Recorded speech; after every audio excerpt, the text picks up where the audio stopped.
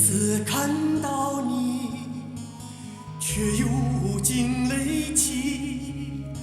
长夜落日山河灼，你在缥缈云里花里，你在缥缈云里花里。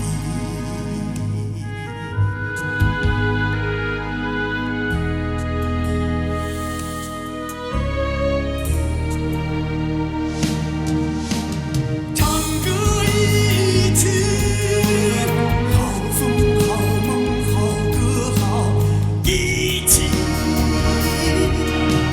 唱歌一曲，好风好梦好歌好一起。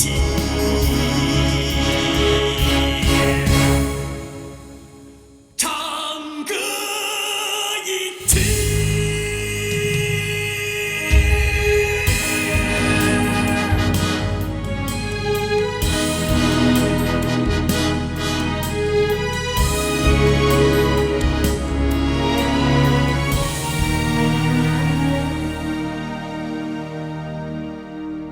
每次想起你，依稀枕边耳语；每次见到你，铁马几个监狱。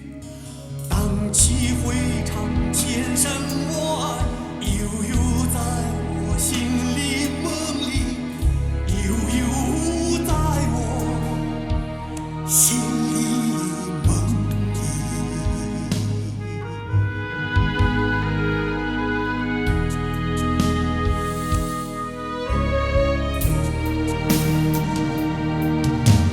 唱歌一曲，好风好梦好歌好一起。唱歌一曲，好风好梦好歌好一起。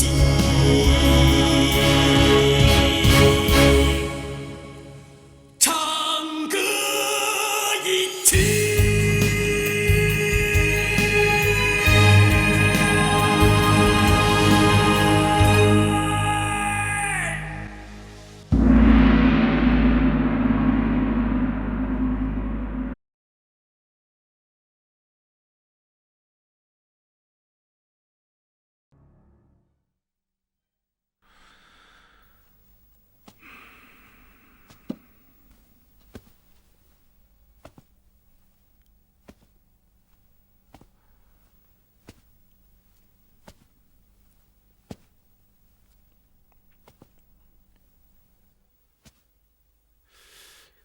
事情究竟是什么样子的呢？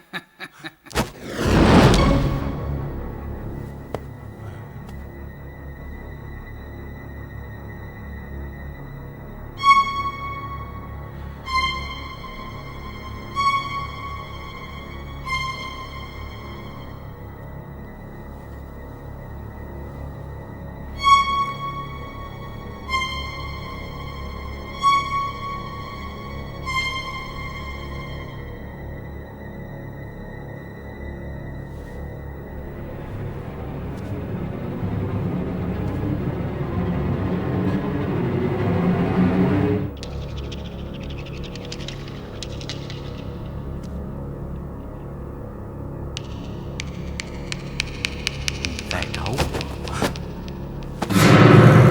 我一直在你身边。你是谁？我是你的学生曾泰呀。你就是那个凶手，对吗？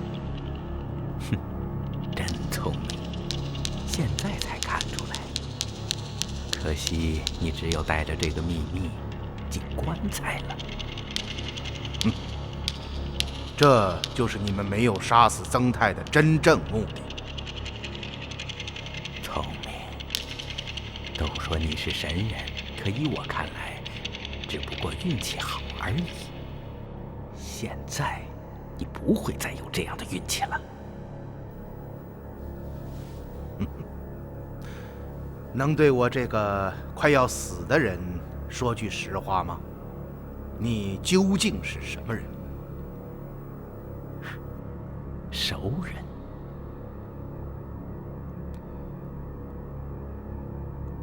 幽州的熟人。带着我回答的这个事去见阎王吧。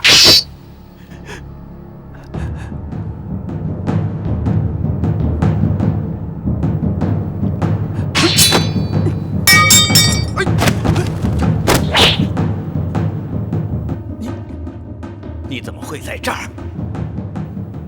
我在等你。你们怎么知道我假扮曾泰？分析。你在曾泰身上没有找到那件东西。其实，你只要杀死曾泰，一样可以完成任务。但是你并没有这么做，甚至你连赶车的马夫都没有动一动。这就说明你想潜入到我的身边。这样做，既可以探听情报，又可以伺机将我杀死。于是，你只用毒针射伤了曾泰，让我看到这一幕，并且我救活了他。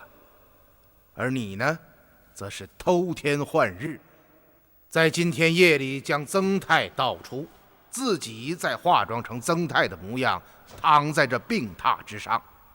这样做，你不用行动，只要躺在榻上，装成一个重伤垂死之人，你的目的就可以达到。我说的不错吧？不错。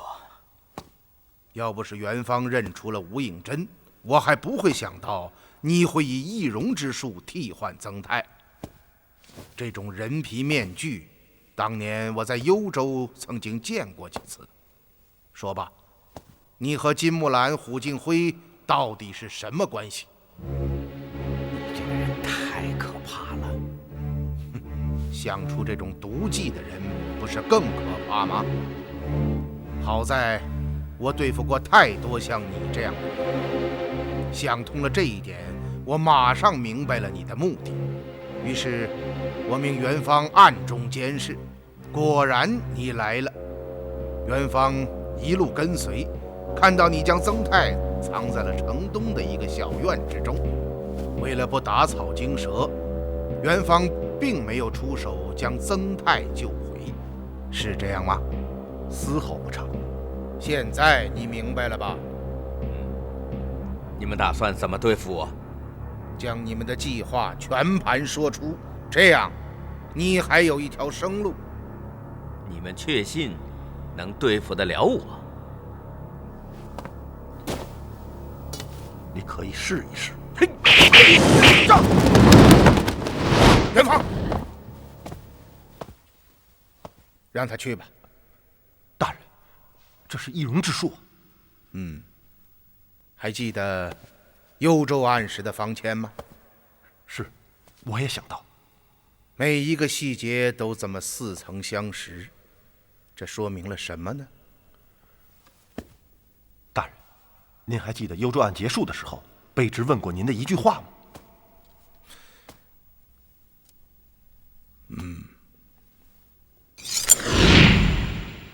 卑职仍有一事不明。什么事？益阳郡主身为皇室贵胄，行为受到很大的约束。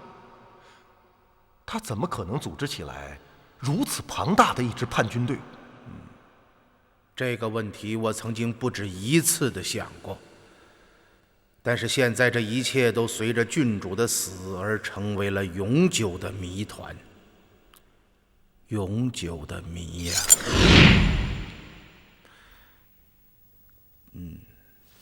当时我曾经说过，这一切都将随着郡主的死而成为永久的谜团。难道这一次我们真的能够将这个谜团解开？大人，您发现了吗？从这一次刺杀的情形看，对手对我们相当的熟悉。如果不是您提早识破他们的奸计，情形殊难逆料。是啊。哦，元芳，曾泰怎么样了？大人，我已经把他带回府中，狄春在照顾他。哦，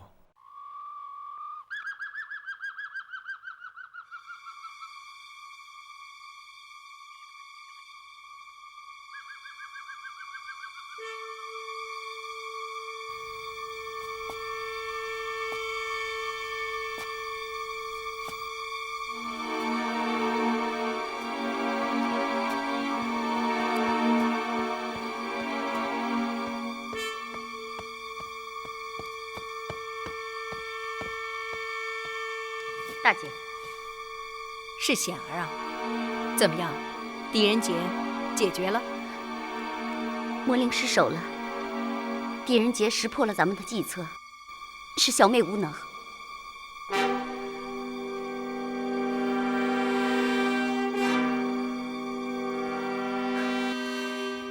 其实我早就想到了，你们根本就杀不了狄仁杰。看来想做到这一点实在是太难了。大姐，因此我已经启动了第2套行动方案。目前几路潜伏的人马都已准备就绪，而你们要做的就是全力配合这些潜伏者。既然杀不了狄仁杰，就只能用幽州的老办法。这一次，我要和他斗上一斗。哦，怎么斗？这第2套行动方案，就是利用他自负的推理能力，将其带入构中。可，这会不会太冒险了？冒险当然会，此事我运筹了3年之久，有哪一步不是冒险成功的呢？哦，刺杀狄仁杰的计划已经取消，通知各堂，准备展开新计划。是。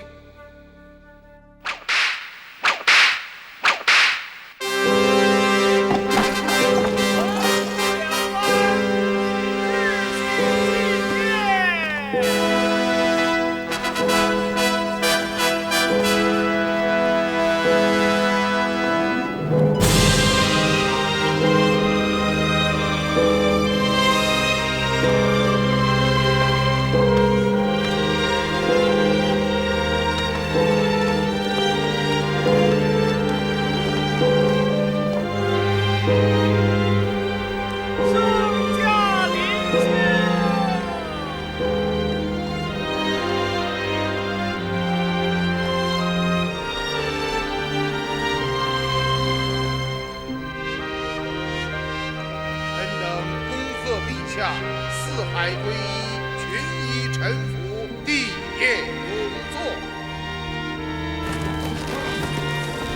万岁！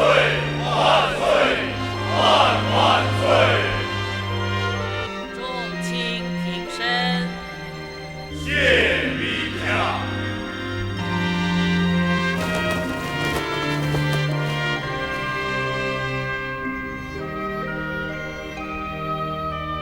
朕自登基以来，时有6年，蒙上苍见爱，海内承平，天下安乐，白环西线，普使东来。唯契丹李尽忠野心，不服王化，妄动歌乐。然赖朝内侍卫之臣不懈于内，忠志之士忘身于外，岂能大捷克敌？实乃朕之幸，天下之幸。仗天子威灵，实乃皇帝文治武功。万岁！万岁！万岁！今时值元夕佳节，又正逢前线奏凯，实为双喜临门，朕心甚慰。因于麟德殿内设此庆功大宴，一为酬劳军功，二来与普天同庆。万岁！万岁！万岁！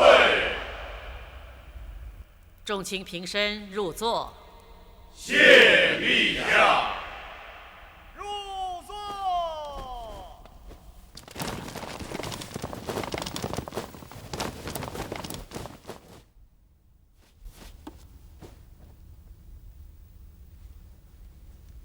这第一杯酒，敬前方浴血奋战的将士，敬右威卫大将军王孝杰，瀛州都督赵文惠，敬兵部侍郎李昌鹤及在座的众位爱卿。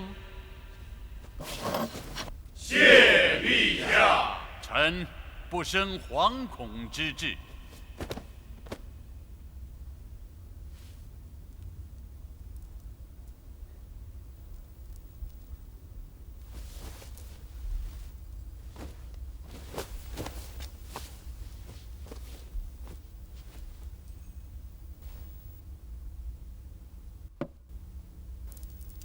这第2杯，朕与众爱卿共度元夕。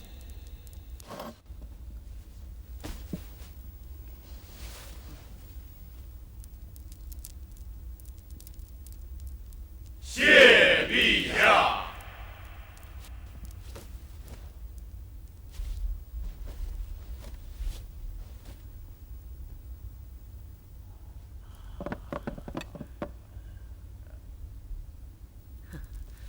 这第3杯嘛，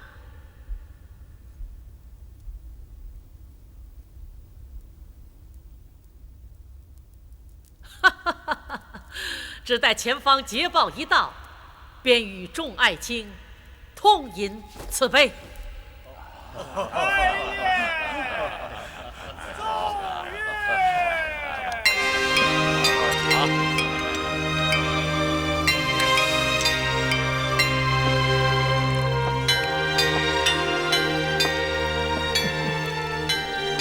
长河应该快到了吧？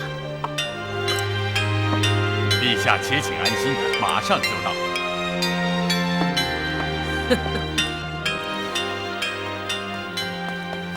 崇州600里加急堂报！崇州600里加急堂报！崇州600里加急堂报！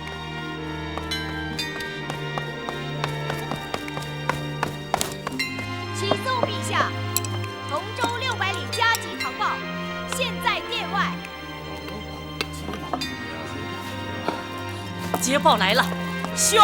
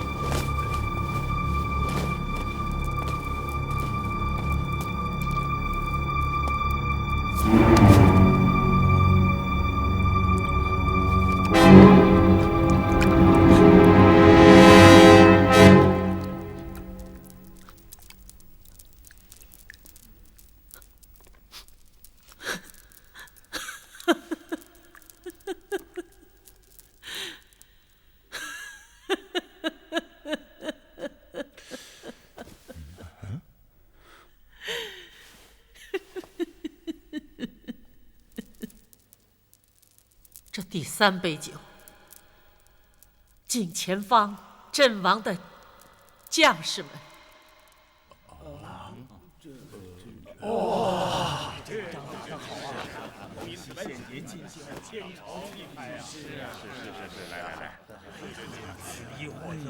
朝廷压力坚决不吃，皇上早就盼望着这场阵仗。东峡石鼓之战获胜，对3军的士气是巨大的。谢陛下。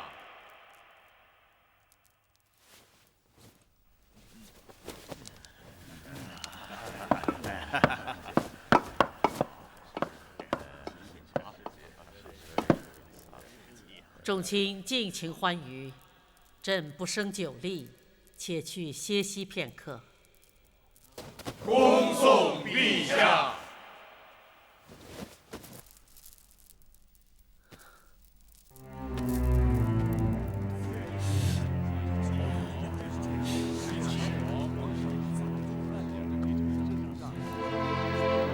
怀英兄，事情似乎有些不对呀。你没看到皇帝的脸色吗？是啊，怎么回事？早在预料当中啊。什么？二位阁老，这到底是怎么回事啊？李大人，这唐报是怎么回事？哎呀，我也没看过，我只是给崇州王孝杰去函，命他元夕献节。献节。这唐报本应先送兵部，再达各部，最后呈递给皇帝。可是他太心急了，也太需要这场胜利了。狄阁老，能不能麻烦您进去探探虚实？这到底是怎么回事啊？狄阁老，皇上召见。哦，狄阁老，拜托了。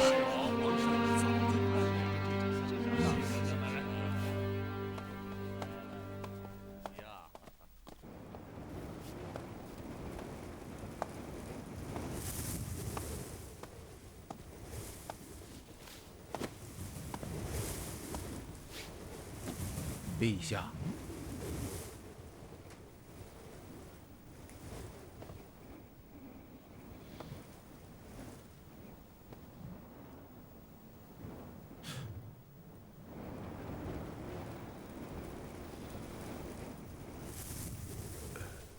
记得最后一次见陛下流泪，是几年前说到张怀太子的时候。是啊，那已经是多年以前的事情了。怀英，你了解，朕虽然是个女人，但有泪从不轻弹。看来，陛下渴望已久的那场胜利，并没有到来。胜利。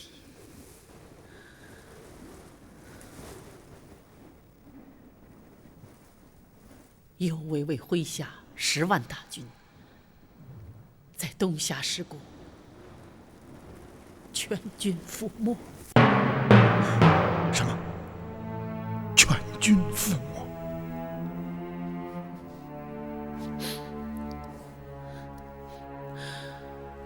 右卫卫将军陈开、武警阵亡，大将军王孝杰率1000残兵逃回崇州。前天还接到赵文慧发来的唐报，说已经借道突厥，顺利绕行到契丹身后，正准备以正面的王孝杰发起总攻。可是今天，陛下，唐报中还说了什么？你自己看吧。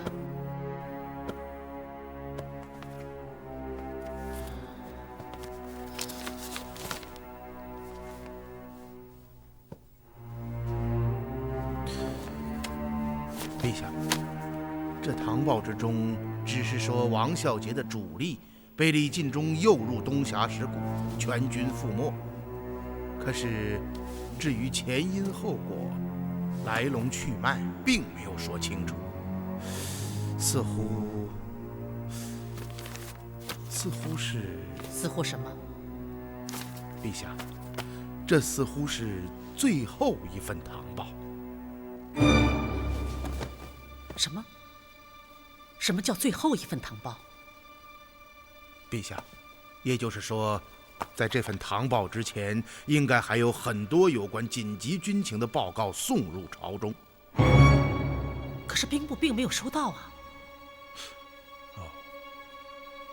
看来这内中定有蹊跷啊！什么意思？陛下，请您宁耐一时，千万不要将此事张扬出去。2日之内，臣定有回报。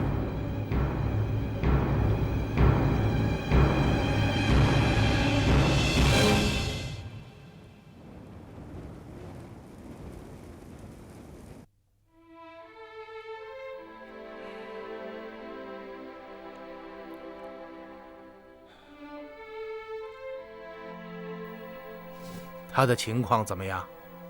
服了您配的药，病情已经稳定，没有反复，我想应该不会有大事了。好，你去吧。是。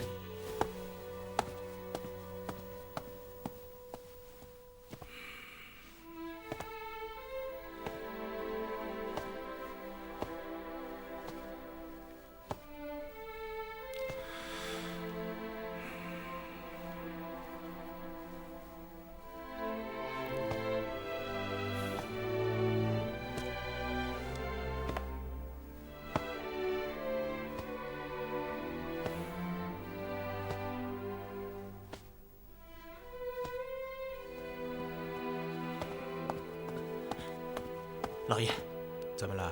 如燕小姐来了。哦，快请她进来。是。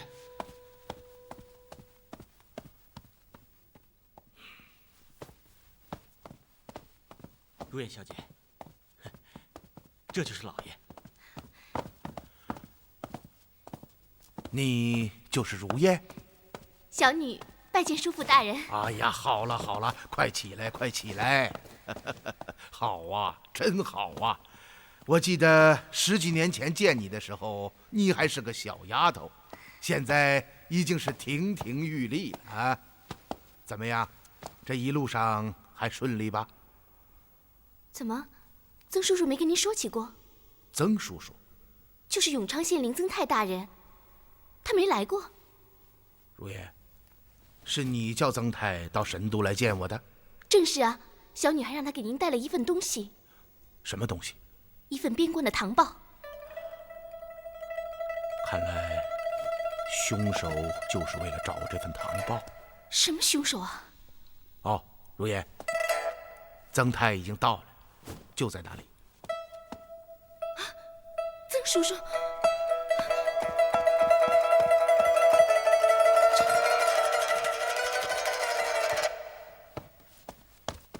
叔父，这到底是怎么回事啊？如燕呐，你先不要问我，把你路上的经过仔细的跟我说上一遍。好。咦，小姐，草丛里有个人。啊？怎么了？小姐，那儿有个人。还有呼吸。哎，你醒醒！哎，你醒醒！小姐，哎，小姐，这儿有个招蚊袋。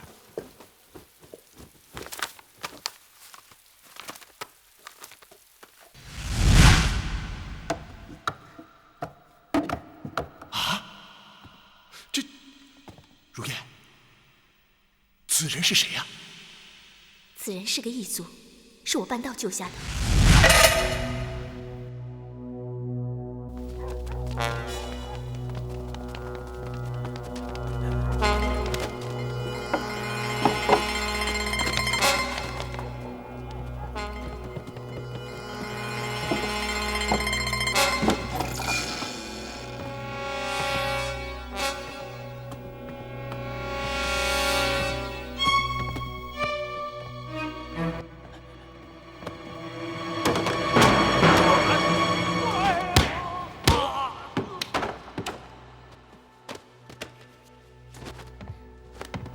怎么样？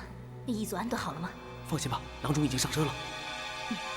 好，我们立刻转移，绕道奔神都。是。走。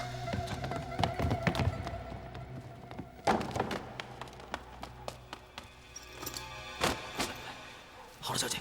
走，驾！驾！驾！驾！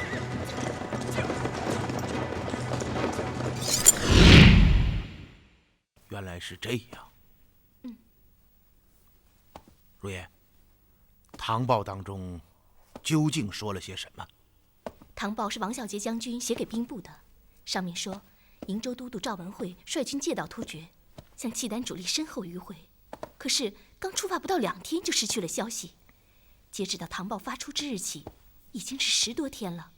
这支2万人的军队竟然神秘地消失在突厥境内。消失？正是。我一直觉得元夕之前呈送给皇帝的那份唐报非常可疑，现在看起来果然是假的。军情唐报是朝廷的机密，而且要经过贺兰义才能够转发，怎么会有假呢？再者，赵文惠2万大军竟然消失，而且消失在突厥的境内，这当中有什么玄机呢？您是在问我吗？叔父，我还继续说吗？说吧，唐报之中还说了些什么？是这样，王将军在唐报中说，东峡石谷地势凶险，是兵家所谓的死地，因此将大军置之死地，苦等赵文惠，实属不智之举。所以他请求朝廷允许他将主力撤回崇州待命。这就是了。王孝杰沙场速将，他已经感觉到了危险，所以以唐报告知朝廷。可是我们这些人还茫然不知，还在做着大捷的美梦，还在筹备着什么庆功大宴，将前方10万大军的生死拱手送与敌人，真是千古罪人。对了，唐报上还说，在这之前已经发了10几份唐报声明情况，可是不知为何，兵部还要催逼他们向东峡石谷挺进。唐报中是这样说的？正是。可是兵部1份也没有收到啊！难道真的有人劫夺唐报，令军情闭塞？陆燕，你说的那个异族在哪里？就在门外。能够说话吗？今天早上就已经醒了。好，你把他带来。好，我马上去。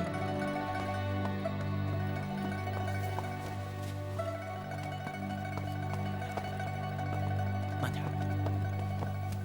慢点。这位是当朝宰相狄阁老。啊，阁老，快起来，快起来！谢阁老。李春呐，扶他坐下。是。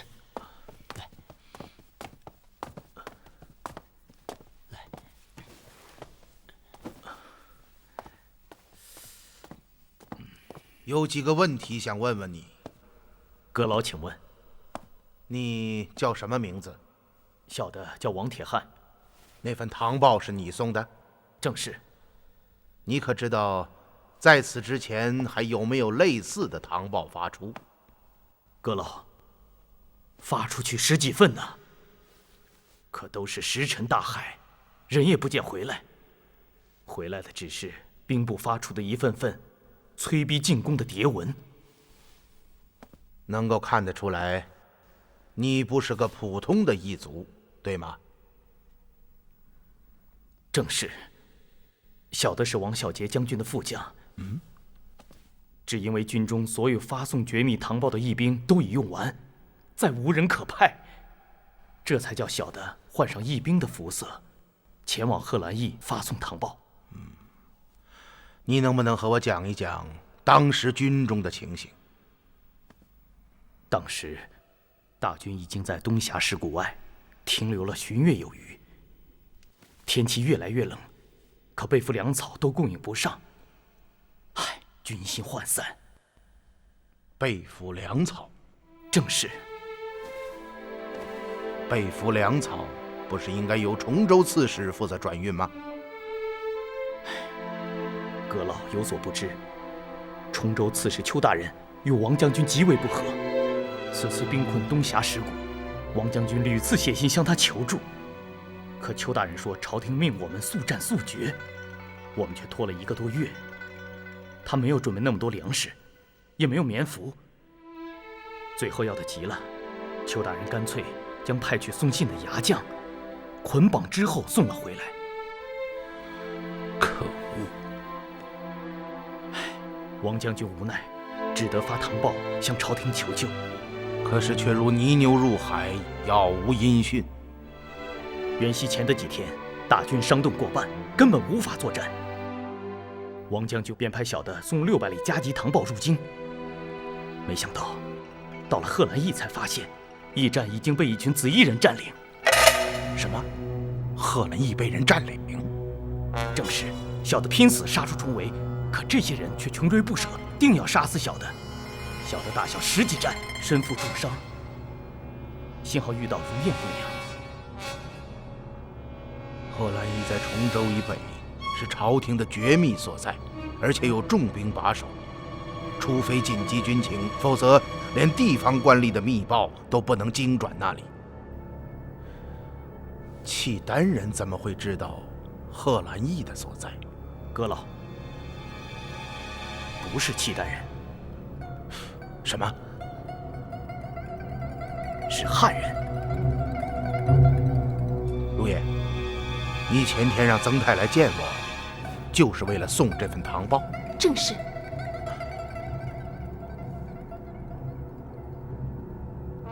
明白了。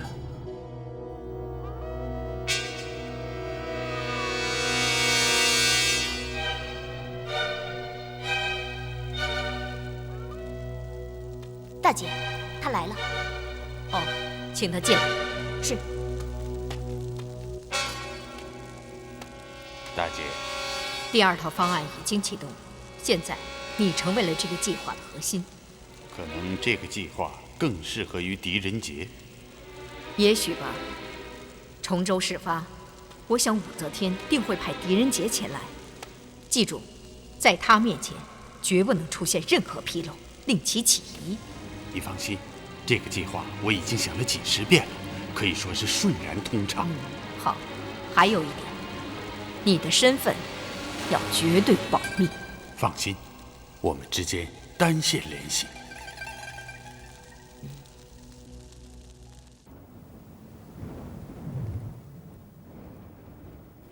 远方啊，这是一个精心策划的巨大阴谋，可以说是内外勾结，多管齐下。战役一开始，契丹人假意后退，使我们连战连捷，而后我们向吉利可汗借道，赵文慧率军演进，竟然无缘无故地消失在突厥境内。消失？是啊，这里边的缘由耐人寻味呀。而后他们袭击了贺兰驿，封锁前线消息，并且试用假唐报迷惑我们，直到将王孝杰拖垮，而后再施以攻击。可这中间却出了一个插曲，就是王铁汉身带唐报逃走，一旦这份唐报抵京，朝廷立刻就会派出援兵接应王孝杰回到崇州，这样他们的计划就会落空。于是他们千方百计地围追堵截，不让唐报在元夕前落在我们的手中。曾泰到府报信，却惨遭毒手。如燕在永昌也遇到了袭击，幸亏这丫头使巧计，才保住了王铁汉的性命，否则到现在我们还不知真情啊。大人，如此周密的计划，每一步都若合符节，哪一个环节配合不好都不能成功。看来此事必是高手所为，而且你想说什么？朝中定有内奸配合。是啊，内外勾结，精心策划。元芳啊，这可又是一宗幽州案呐。不错，此事不能再拖，我要连夜具折上奏皇帝。